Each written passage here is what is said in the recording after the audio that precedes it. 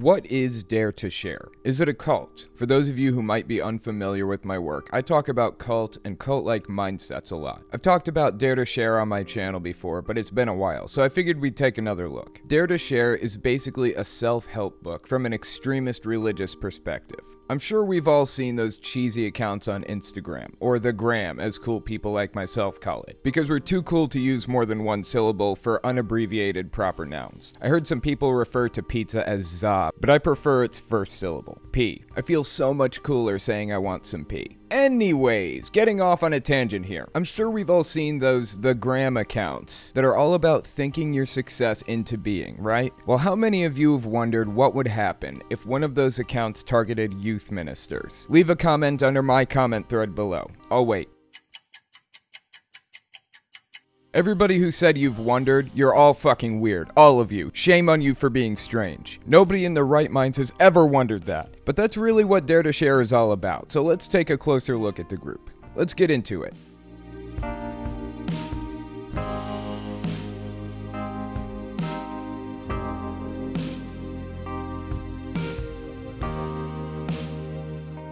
Before we get into it, I just want to mention a couple of things. If you've already heard this before, then skip forward about 30 seconds. If you like what I do and you want to see me continue to do it, you can support me in a few ways. First, there's Patreon. That's probably the best way. But if you want to get something back for your support, then you can check out my Teespring or my Etsy store. I sell all kinds of cool stuff on there. Mostly it's 3D printed game and controller stands, but I also sell some signs to stave away the Jehovah's Witnesses. And I sell these dumpster fire candle holders. I sell green, blue, and black, and I sell plain-faced ones or 2021s. I have a bunch of other stuff on there, so give it a look. I might have something that catches your eye. Okay, with all that being said, let's take a look at Dare2Share. So what is it, specifically? Well, I've talked about the evangelical voting bloc a little bit in the past. To give a brief overview, evangelicals are kind of a broad grouping of extremist Christians. There isn't a strict hierarchy over top of the group. I'd say it's more of a category than a group. But since a lot of these evangelical churches are really small and decentralized, they don't really have enough money for mass production. That's where Dare2Share comes in.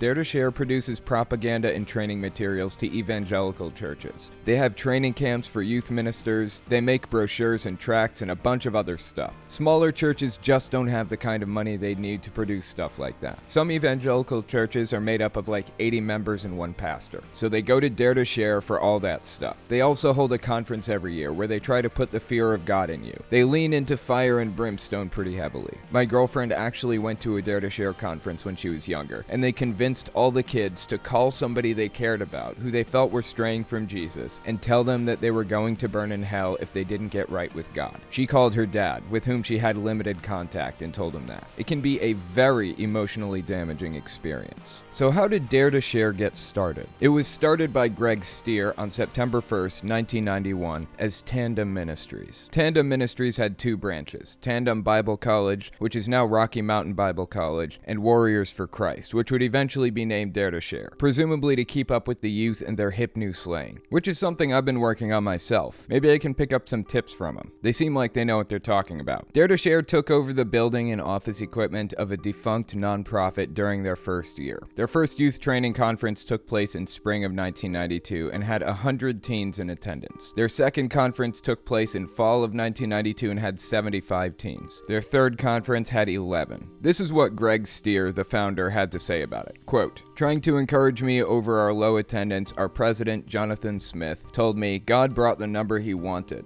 I snapped, I think he wanted more than 11. There were 12 stinking disciples." Wow, the language on this guy. He said the S word. Stinkin'.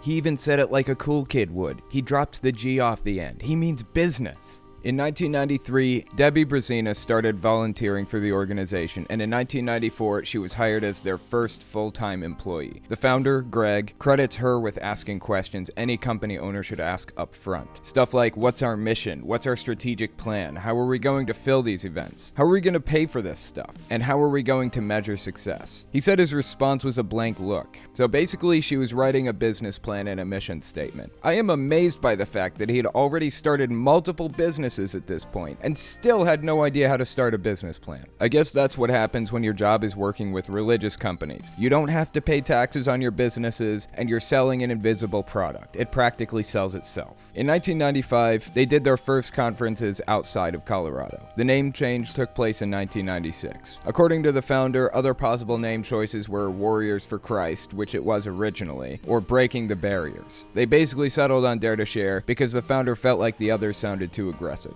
In 1997, Dare2Share split off from Tandem Ministries and officially became its own entity with Greg Stier as president. And of course, this dude has one hell of a beat on kid culture. Obviously, so he was absolutely perfect for the position. In fall of 1997, they held a conference in St. Louis and had 247 people in attendance. Their production value had increased at this point thanks to the professional lighting and sound crew, who agreed to do 30 shows in exchange for a truck that had been donated to the organization. In the summer of 1997, they collaborated with Youth for Christ to assist with their DC and Los Angeles Evangelism Super Conference. They got massive exposure from it. 1999's Spring Conference saw attendance break 1,000. In 2002, Greg wrote his first book, which was loosely based on the movie Outbreak, a movie where civilization is threatened by a viral outbreak of a fictional virus with Ebola-like symptoms. Demonetized! Personally, I think it's fair to compare intentionally brainwashing kids and civilization-destroying illnesses, but it's surprising that somebody in that business would willingly draw the parallel.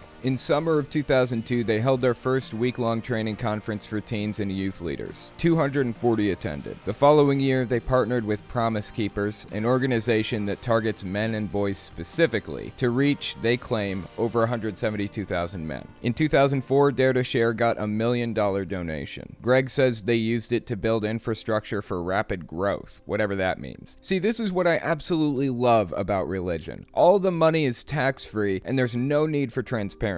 Jesus has the wheel, right? Why would we ever need checks and balances on authority? FYI, that's a big red flag on the influence continuum. You should be very wary of an organization that doesn't have checks and balances or transparency. Anyways, that brings us up to 2007. Here's a quote from Greg. From 2002 to 2007, Dare2Share experienced a massive growth and finally broke 9,000 in attendance at our St. Louis conference. At our largest, we did 11 events and trained almost 50,000 teenagers in one school year. What a blessing. After that, Dare2Share started branching out into different areas. The organization had a ton of money at this point. Obviously, as I said, things are pretty easy when you don't have to pay taxes and people are just throwing money at you for an invisible product. Anyways, they started a new yearly conference called the Lead the Cause Conference. The first one was held in 2012. It's now streamed across the entire country and specifically teaches teens to indoctrinate their friends. In 2013, they commissioned a youth ministry research project that concluded their conferences were only having a short-term effect on teens. As time went on, the indoctrination wore off and they started leaving the belief system. That led to the organization hiring a bunch of speakers to host a series of videos that could be shown to teens year-round. Since then, they've also developed an app, multiple books, a website, and a full curriculum based around the research project. In 2015, Debbie Brasina, the first employee,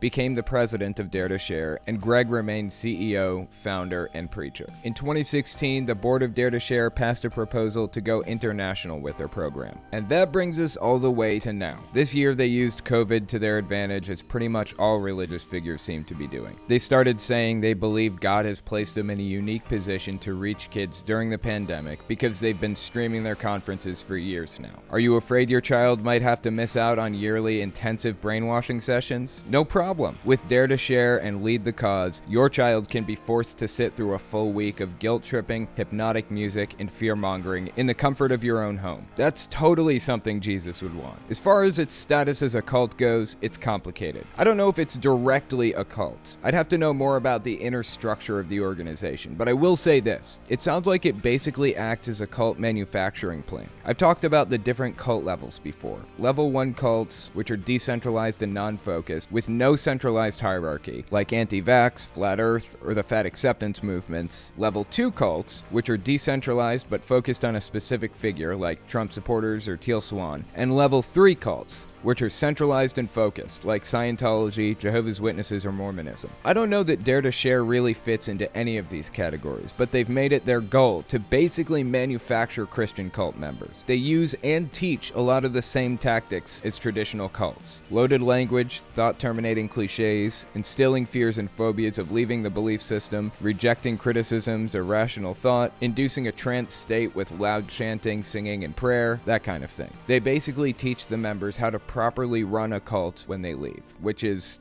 extremely disturbing. So that's Dare2Share. You find a similar mindset among most groups like this. Jehovah's Witnesses call it theocratic warfare. Scientology calls it fair game. Anything is justified if it's in the name of what they believe to be the greater good, quote unquote. You can lie, cheat, or manipulate if it's in service of the Watchtower Society, if it's in service of Scientology, if it's serving the LDS Church. The ends justify the means. The problem with this mindset is the fact that you could be wrong. You have to assume that's a possibility for every belief you hold. But something I've found is the more extreme the belief, the more extreme the believers, the more insidious they become with the ends justify the means mentality. They will do literally anything to further the goals of the group, and damn the consequences. If they can program that mindset into the members before they leave Dare2Share, then they've succeeded. And that is the truly disturbing thing about this group. Anyways, that's all I've got for you. As I've said before, if you like what I do and you want to see me continue to do it, you can support me in a few ways. First, there's Patreon. That's probably the best way. But if you want to get something back for your support, you can check me out on Teespring, or you can check me out on Etsy. I have a store where I sell all kinds of interesting stuff. Mostly it's 3D printed game stands, but I also sell these 2020 dumpster fire candle holders, or just regular dumpster fire candle holders. And I sell these signs. If you want to keep Jehovah's Witnesses or Mormons from knocking on your door, put these out front. Jehovah's Witnesses aren't afraid of anything,